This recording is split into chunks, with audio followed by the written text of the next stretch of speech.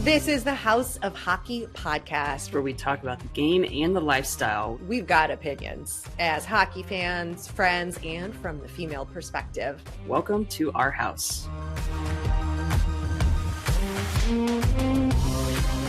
Welcome to the House of Hockey podcast. This is episode 184.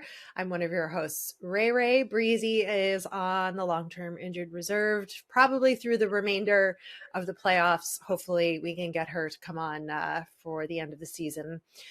In the meantime, to fill her seat is our friend, returning guest, returning co-host, Andy Zilch. Thanks for being here, Andy. Hey, thanks a lot for having me. In times of playoffs, we have to keep these injuries undisclosed. Yes. Under wraps. We don't want the opposition knowing what's going on under our house, so keep it to ourselves. Yeah, we cannot disclose what's happening in case, she returns and, we don't want anybody taking any shots against her, even though all of her teams are now eliminated from the playoffs. So, wow. Kings, Leafs, Preds. Yikes. She's kind of a Rangers fan, so I guess that's the only thing. She's like a borderline Rangers fan. So you can't have that many teams. There's a rule against that. That's what I'd say. And you know what? She'll just have to come on here and come off of the long-term injured reserve to dispute all that. But okay. I welcome that conversation. Exactly. I constantly remind her, as everybody knows, how ridiculous it is. We have a lot to go through. I'm going to run through just some headline topics. We're going to discuss the end of round one of the playoffs, the start of round two, coaching changes, a pending coach change, PWHL playoffs are about to begin. I have something to tell you about your St. Louis Blues that you're not going to like.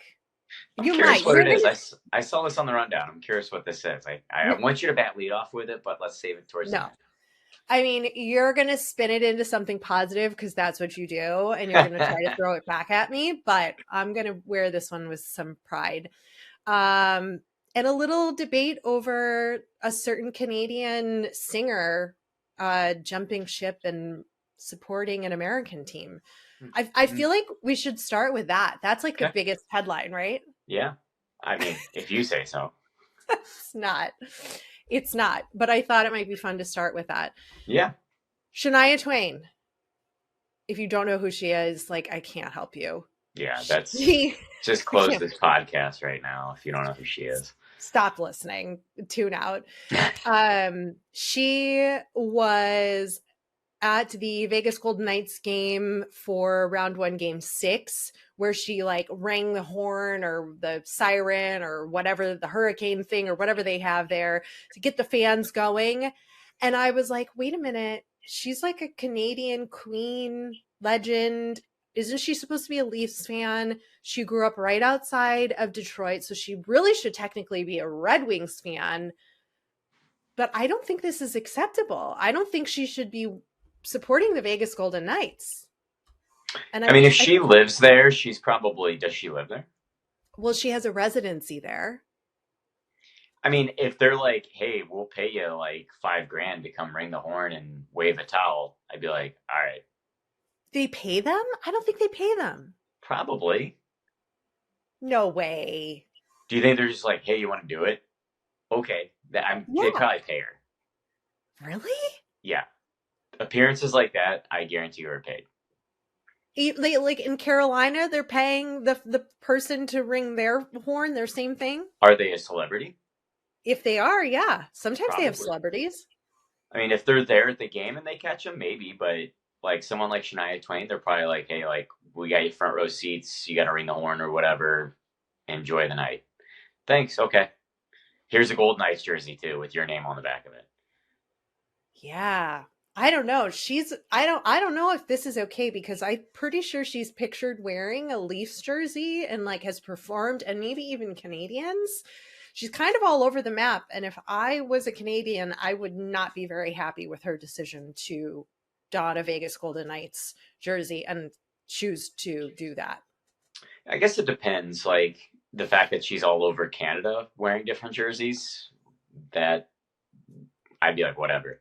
But if it's somebody like for example, me as a St. Louisan, if Nelly wore like a Blackhawks jersey, I'd be like, what are you doing? Right. This is what But I'm like, saying. but I don't know. Does she really have a true affinity to one team though? She's just Canadian. Yeah, but like Canadians like can't be fans of American teams. Like it feels so against the rules. Yeah, I'm okay with it. I'm not okay with it. I'm not okay with it. Like, no, she shouldn't have been doing that. She should have said no. She should have said no. Well, all right. If there's pictures of her with the Canadians in a Leafs jersey, then throw it all out the window because she's just the fan of the game. Then Well, now I'm gonna look it up. Hockey. Shania Twain hockey. Let's see what comes up. Canadians. Leafs. Panthers. Oilers. Okay, Ducks. Okay, fine. Canucks. Okay, fine. I take it back. I'm wrong. She's just a hockey fan. Oh, Devils. She's wearing a Devils. Sens. Let me just make sure I get them all out. So I was going to say your point has been made. Yeah. Well. All right. Or fine. my point has been made for that matter. Well, yeah, but also like pick a team. Girl, pick a team. Who's your team? Have some allegiance. Don't be like Breezy and have 20 teams that you're supporting. Like pick a team, please. We need that direction from you to know where you stand. Send her the email. Send her the email. Dear Miss Twain, please figure your shit out and pick a hockey team. XO Ray House of Hockey podcast. We can move on to the round one of the playoffs. What are your burning thoughts as round one comes to a close? What's going to happen in Toronto? You know, yeah. I think that's everybody's. I don't even know. You know, I don't know what they do. Do they pull a big move off and get some of that leadership group broken up? Do they make a change at the coaching level? Again? In the GM level? Again? No, I don't think GM's got to stay. Like, he hasn't made his, like, he, you know, hockey, as I roll my eyes. There's certain things like, so yeah, I'm listening to everything that's going on in the NHL during the offseason, and there's a lot of teams that are looking for coaches. There's a few teams that are looking for general managers. The Blues are looking for a coach. So that coach is going to be Doug Armstrong's guy. Okay, quote, guy. I hired him. Columbus is looking for a GM right now.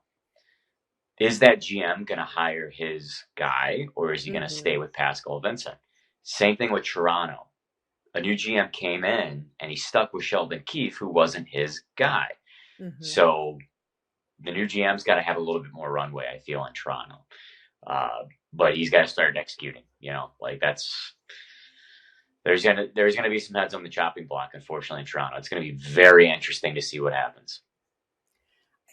I would assume you have to move players. Yeah. You have to move players at this point. Like, I think shake up everything personally. What? I think shake up everything. Like, all of it. Start all the way over. Well, who can they start over with, though? Well, I mean, they can't with Matthew. Reassess who you want as your leaders. Reassess how the message has been. Like, I don't know. Like, I'm really distant from Toronto. I don't pay a whole much attention to that organization, but something's got to be. You got to have some branches getting shaken down. But do you give any sort of leeway to the injuries that some of those core four were dealing with? I don't know. It's just such a. But like, so, are you accepting a first round exit? Are you accepting that as your norm? Like, no, like that's not the norm that the Toronto Maple Leafs enter the season with, no matter what happens. Right. The norm has been, or the standard, I should say, the expectations have been win the Stanley Cup for what, 5 years now? Yeah. And they haven't came close. So you have to create a new standard in that locker room. Injuries or no injuries, there's got to be something that's set. This is what we're expecting. And if you don't meet that, you're gone. Okay. And that you mean like play from like their third line, their second line? Like, what do you mean? Like, what are those expectations? I mean, right now, I think in Toronto, your expectations are advancing to the final and getting a Stanley Cup. And anything short of that is a failure. Okay. You know, like I don't like you look at all these wonderful numbers that Toronto sails through the regular season. Mm-hmm. I don't care. Like, so what that Austin Matthews lit up the score sheet this year? Right. He failed in the playoffs. His team failed in the playoffs. Like, that's what everybody's going to remember. His legacy right now is that. Cannot do it. Cannot get his team forward. But the naysayer is going to say, yeah, but he was injured and he was out a couple games. I mean, yeah, that sucks. So, that's a part of life. But every team can say that. Everybody's got something like that. I mean, and it sucks too the way the playoffs are set up. Like, to draw the Bruins in round one, that sucks. That's the way it is, though. It does. Which was worse? The Knights being eliminated, the defending Stanley Cup champions being eliminated by the Dallas Stars, or the Bruins eliminating the Leafs? I feel like the bigger like shame bubble would be with the Golden Knights, because they are the defending Stanley Cup champions. They have mostly the same team. Stone makes a miraculous health recovery and comes back to the ice, and so did one of their other guys whose name's escaping me. They make all these moves at the trade deadline to bring in even more talent, and they're healthy, allegedly, right? Stone's healthy. Everybody here is healthy, and you get knocked out by the Stars. Are the Stars really that good? I always am inclined to say no. I think they're good, but are they that good? No. It went to 7 games, so I feel the shame in that scenario lies more in Vegas.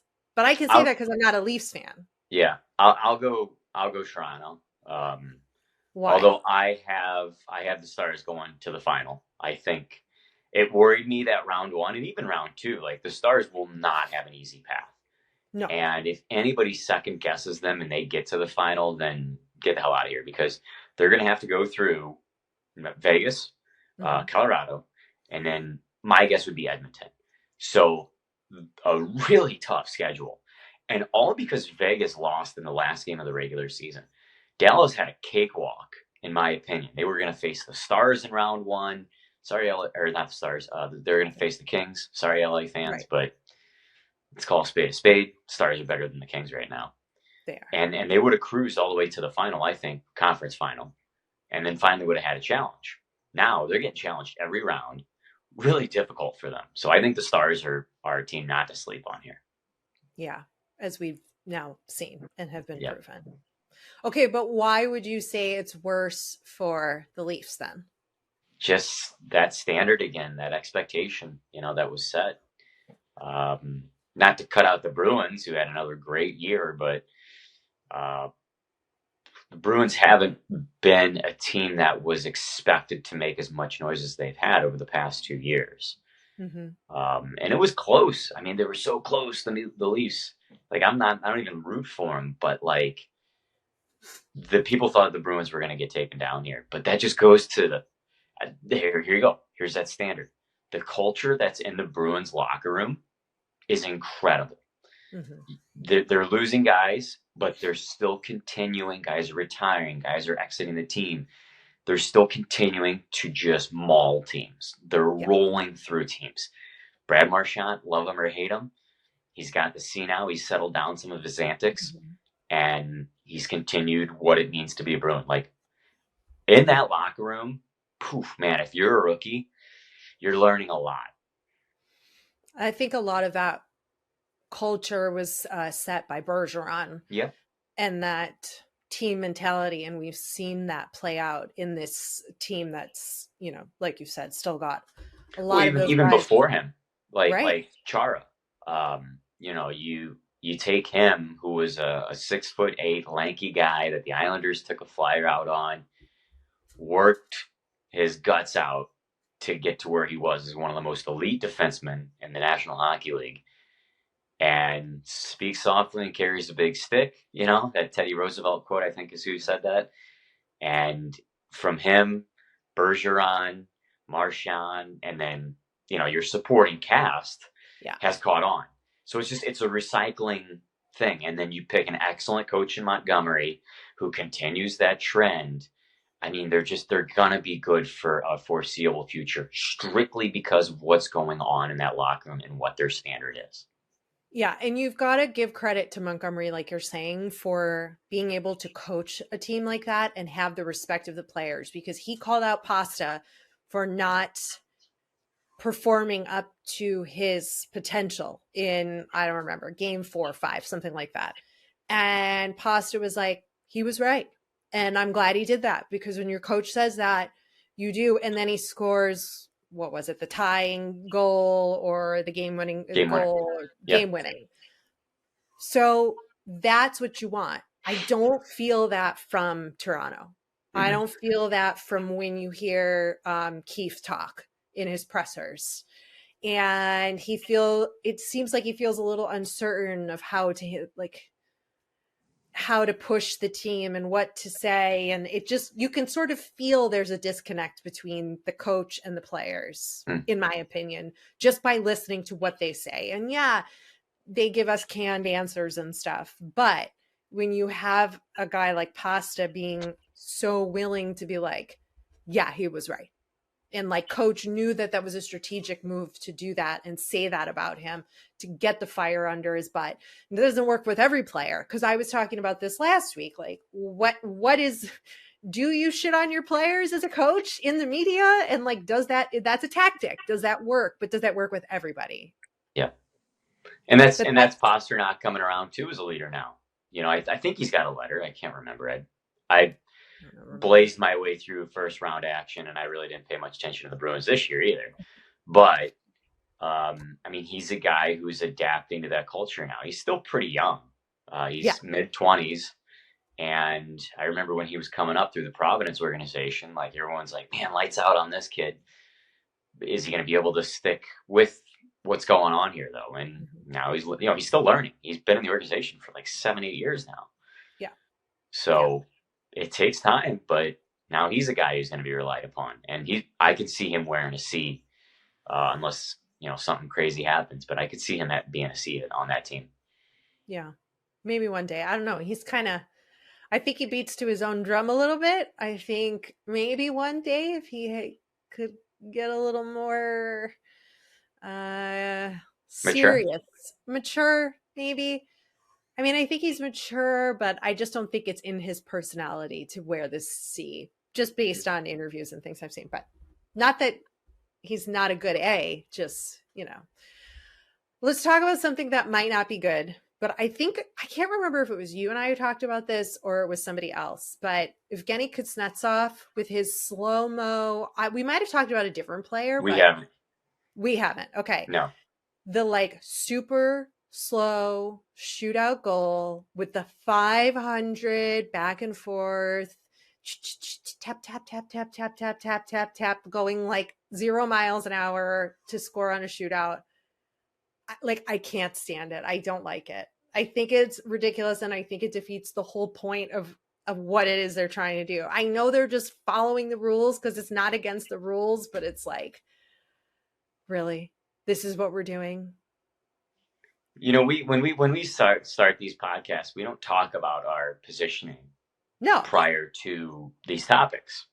No, I just put topics down, and I don't put a whole lot of information because I don't want you to be swayed by my opinion or mine by yours. So go ahead. And sometimes with podcasts, people will play sides just to have a better argument, get more listeners and watchers. We don't do that here, okay, fans? But I disagree. You like that stupid thing? Who cares? He's following the rules. He's not going that slow. Yes, he is. It takes 10 seconds for him from the blue line to the goal. And it works. He does one push off with the skate, and then he just glides the whole rest of the way. It's following the rules. And he's getting the goaltenders to bite. If you don't like it, do something else about it as a goaltender.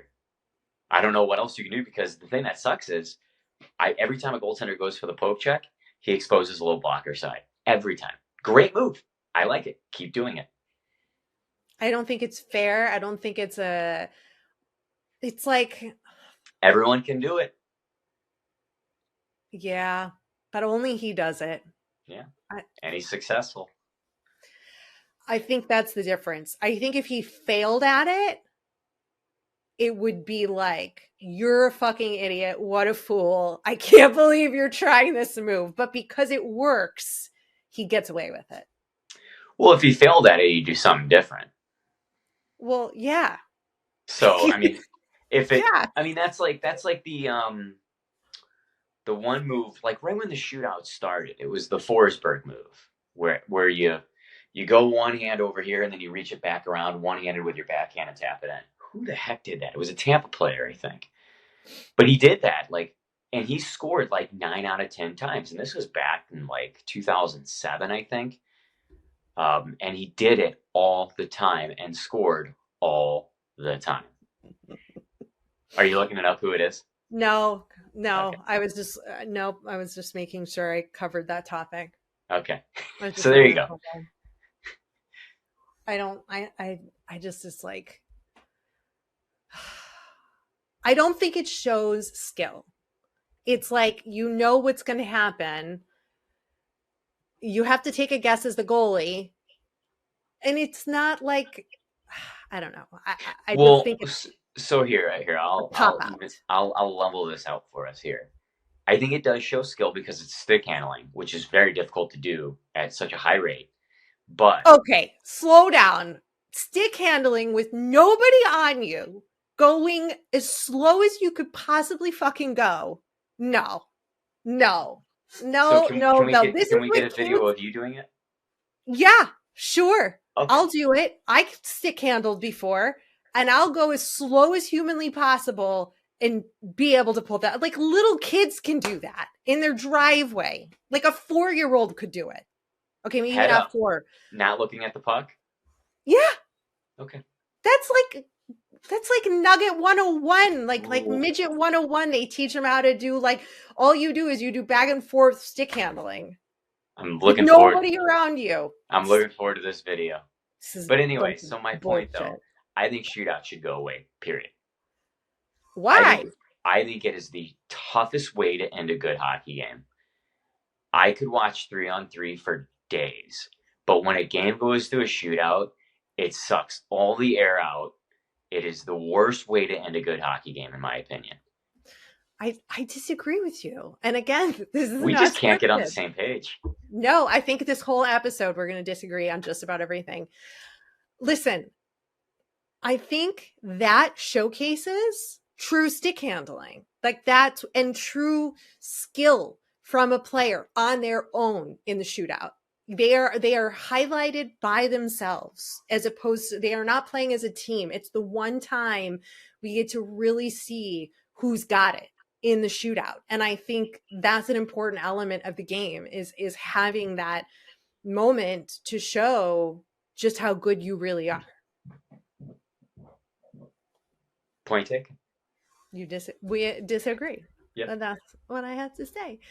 Do you agree that it's okay for the Carolina Hurricanes to limit all of their ticket sales to locals only, to prohibit the New York Ranger fans from going down to Carolina to watch the game?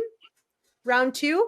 You know, teams have done this before. The Hurricanes have done it. Preds have done it. It's your building. Do whatever you want with it. What do you think? Do we agree? We do agree. Okay. I think it's important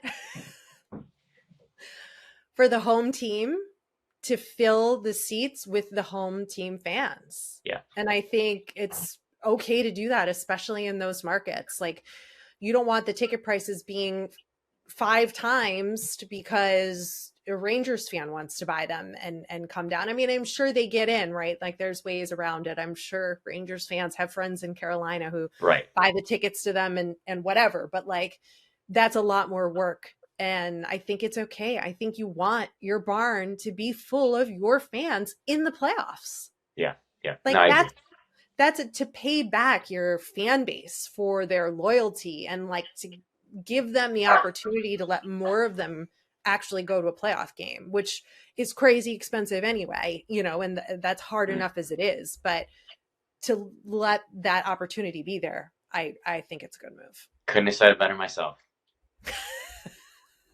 God, all right, it sucks that we agreed. Darn it. I was on pins and needles.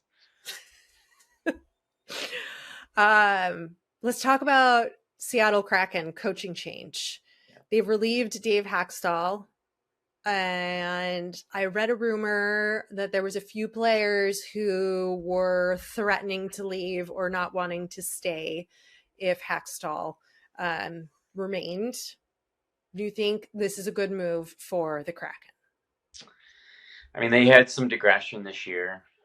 This goes back to, kind of what we were talking about with the Leafs. Like, where do you go? Like, do you go after players? Do you get rid of the coach? The coach is always such a failsafe in the National Hockey League. Like, it's so frustrating. We've talked about that. Yeah. Such a failsafe. I didn't see that thing about the players saying that. So, I mean, I think they're doing that just, sorry?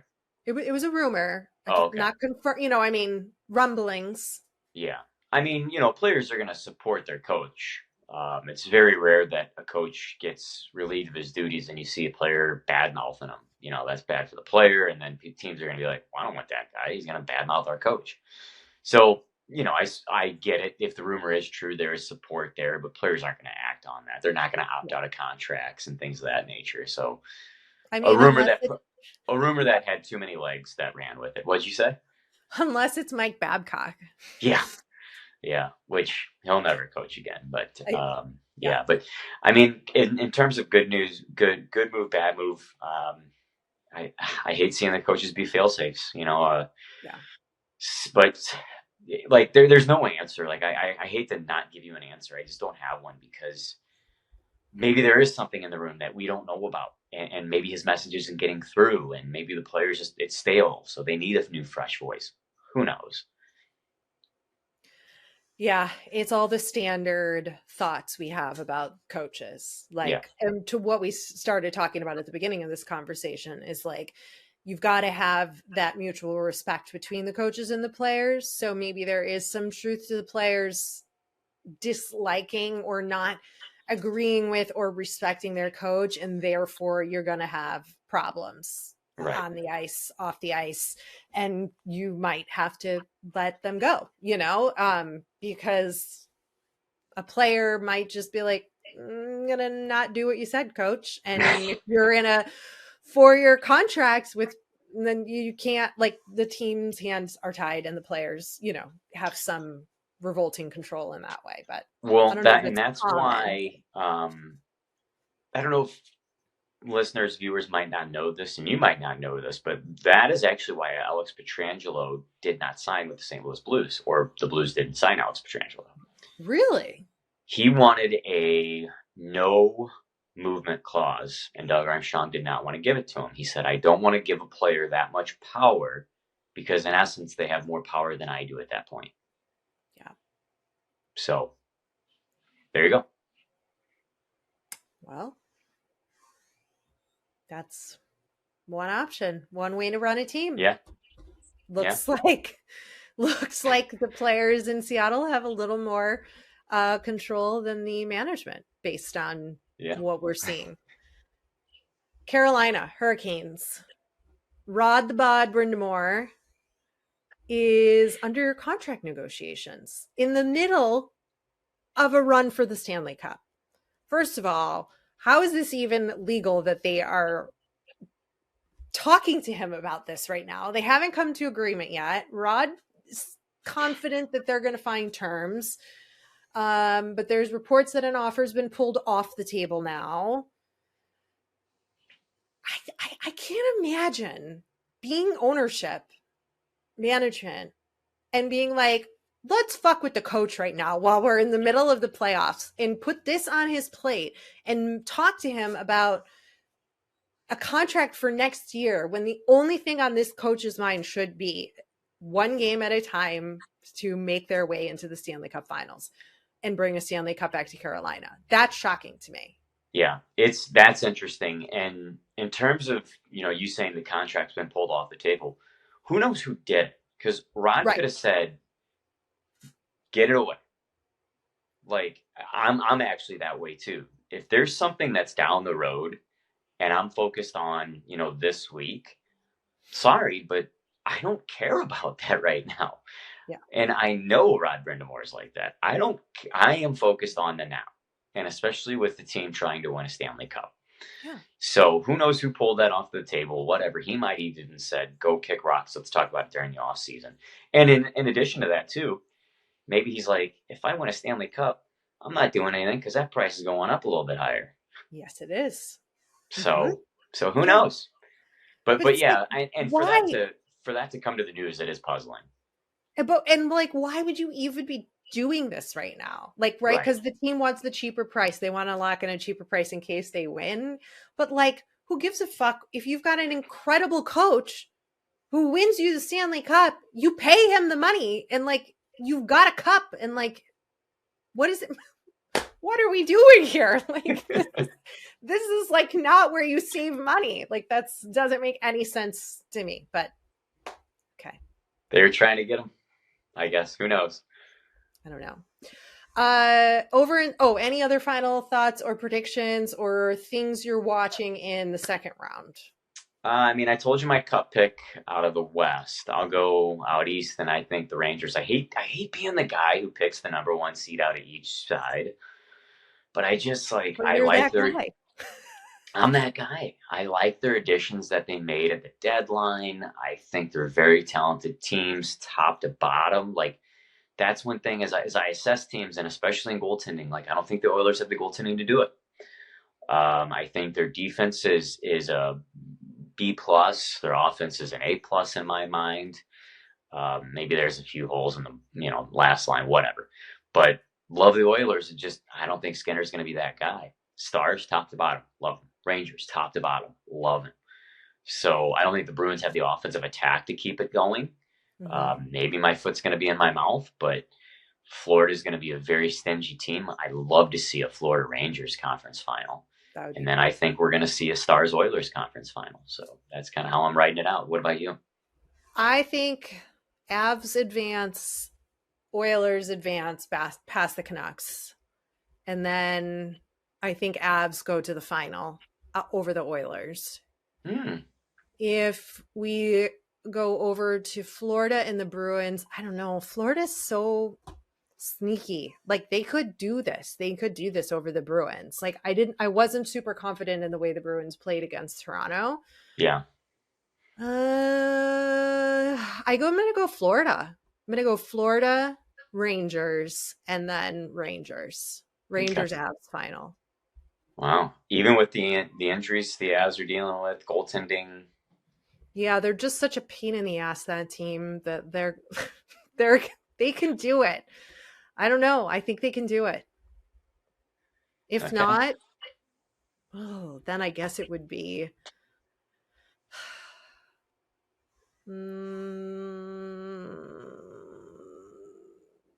God, I hate the Stars and I hate the Oilers. I can't even like put the. Why do you hate the Stars? They bother me just like the Avs. Like they just irritate me. See, I love the Avs though. If they move on, great. Like their coaching staff is excellent. I had a chance to work with Jared Bednar and Nolan Pratt for a year, and my favorite coaches I've ever worked with. Yeah, so you've got to be on the record saying something positive about the Avs. I've never worked with these people, and I'm just a fan, so I can say whatever I want at this point. But I think so much of the fan base of the Avs has always been like, and of course, like the year they won, it was like, we're the best, and we're the best, and we're the best, and we're the best. And I feel like Stars fans are like, no one takes this serious. No one takes this serious. No one takes this serious. And it's like, yeah, we don't. And yeah, great. You're the best. You did it once. Great. Okay. Like, stop talking. I don't know. I think it's just that like incessant voice that irritates me. So it's nothing Hmm. personal against coaches or players. Well, I knew that. Anyway, we'll see what happens. I'll be wrong anyway. So, we'll see how it plays out. Over in the PWHL, the quest for the Walter Cup is going to be underway here in a few days. We've got New York was eliminated and Ottawa have been eliminated. It'll be Minnesota, Montreal, Boston, and Toronto. Hopefully I said all that right. I might have fucked it up. But either way, go look and see for yourself. Switching into the other gears and cities messes with my brain because they don't have team names. And so I get a little confused sometimes.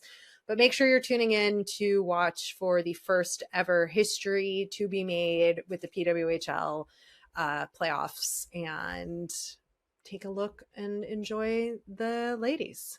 Toronto's my pick. Toronto is your pick. They got to have some sort of championship going to that city, for Christ's sake.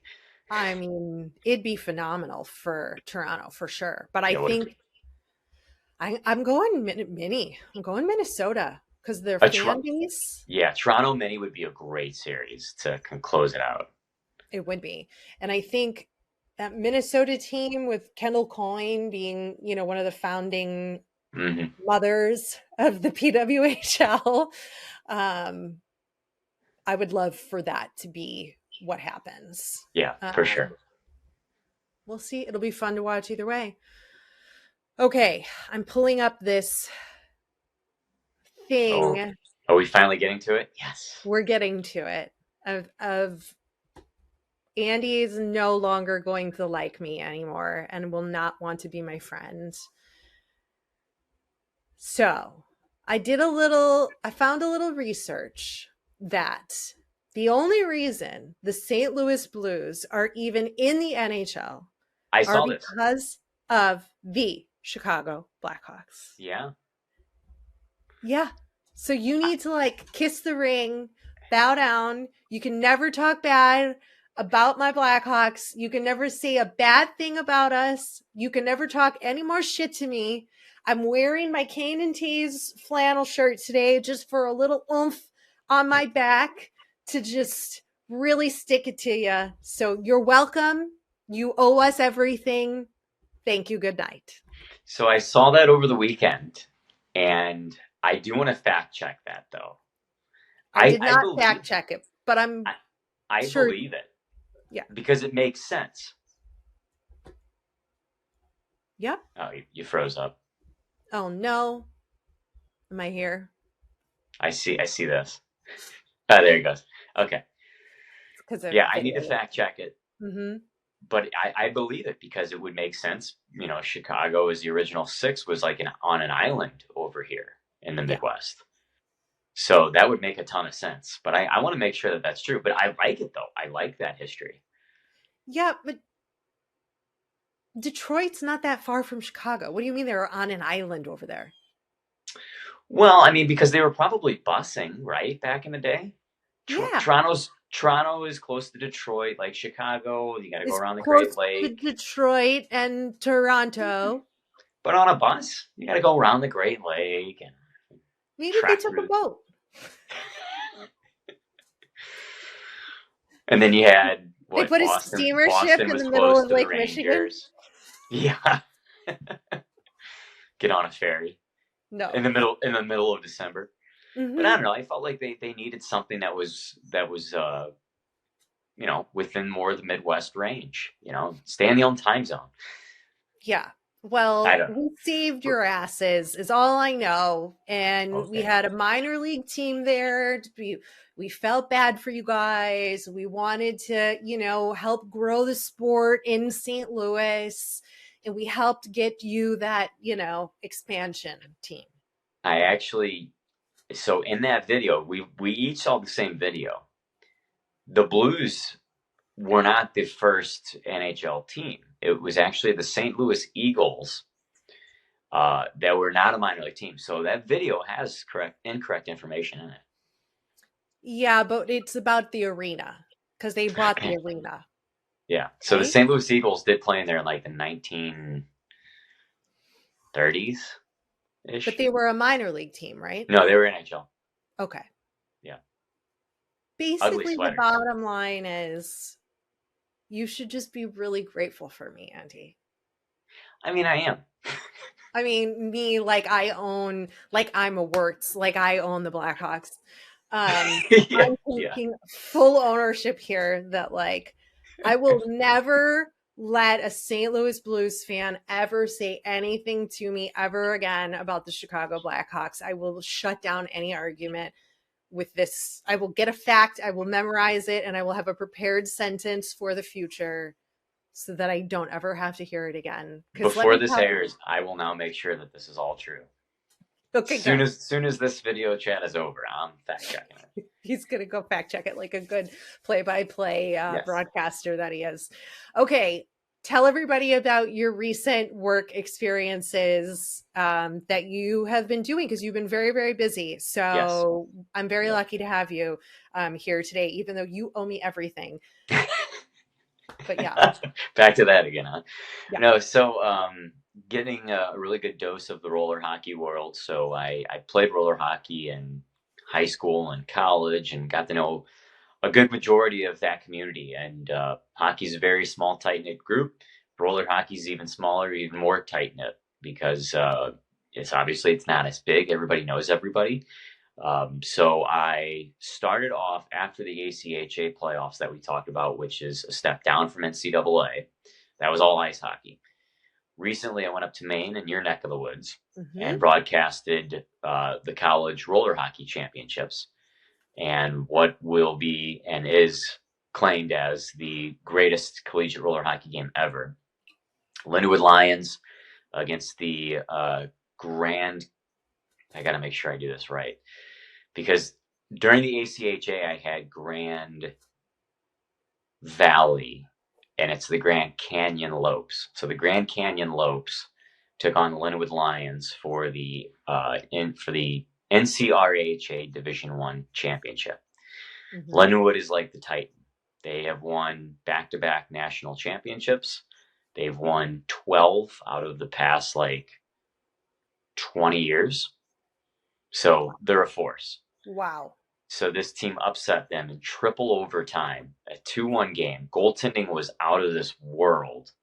If I'm a graduate of Lindenwood, if Lindenwood would have won, it would have been a top 5 game I've ever called in my life. Wow. That's saying a lot. But they lost, so it's gonna bump to maybe number 6 or 7. But it's without question in my top 10 of games I've ever called in my life.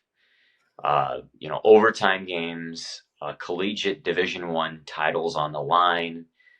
You got the big boys against the team that's 2 years into their existence. So the Lopes are in year number 2. My battery's getting low. The Lopes are in year number 2, and they're just trying to find their identity. And they actually have guys that used to play on Lindenwood's JV team, if you will. Oh. So these guys are leading the Lopes, and they ended up. And you had a goal from a guy who was never going to be favored to score the game-winning goal. It was one of those goals. Wow. But it was a guy who helped them get through the semifinals. So it was phenomenal. Triple overtime. I'm glad there's another little dent in your shoulder there with your team losing. Okay. Just to keep you humble, Andy. I tell you what, though, it was challenging because no one expected Lindenwood to lose, and nor did I. And as we're going through the overtimes, I'm thinking, all right, it's going to be a fun goal call, as a broadcaster. And then the other team scored, and I was like, I'm going to switch, so because I'm a neutral broadcaster at the end of the day. So I had to really reach down for that championship goal. Really pull out the acting skills you have. Yes. Yeah. Yeah. So, and then that followed up with a tournament called Narch, which I'm employed with 2 weekends ago in Irvine, coming up here in Philadelphia, and then again in Irvine. What they do is it's just a roller hockey tournament. Teams all over the world compete.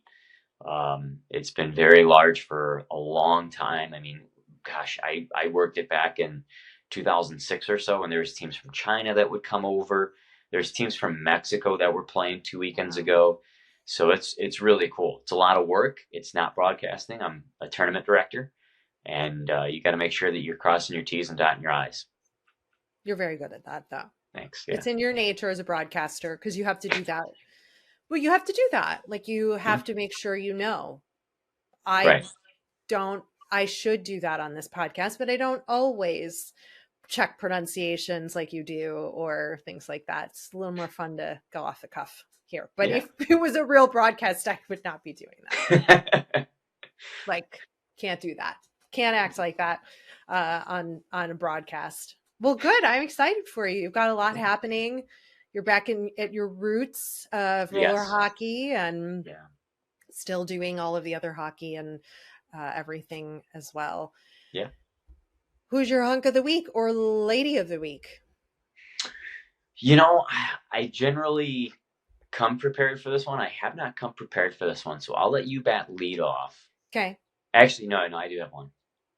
All right, go ahead. Kuznetsov. Ugh, just gross. to grind your gears. Jesus Christ, that guy. Just to grind your gears. It's not okay. I'm picking Brad Marchand because Martian. Marvin the Martian. I'm picking him because in the Game 7 post-game interview with TSN, he answered a question of like, how'd you guys do it and get through and pull out this win? And he said, just belief. I like that. Leaf, like the Leafs. Oh. Just belief. Okay. It was like really good.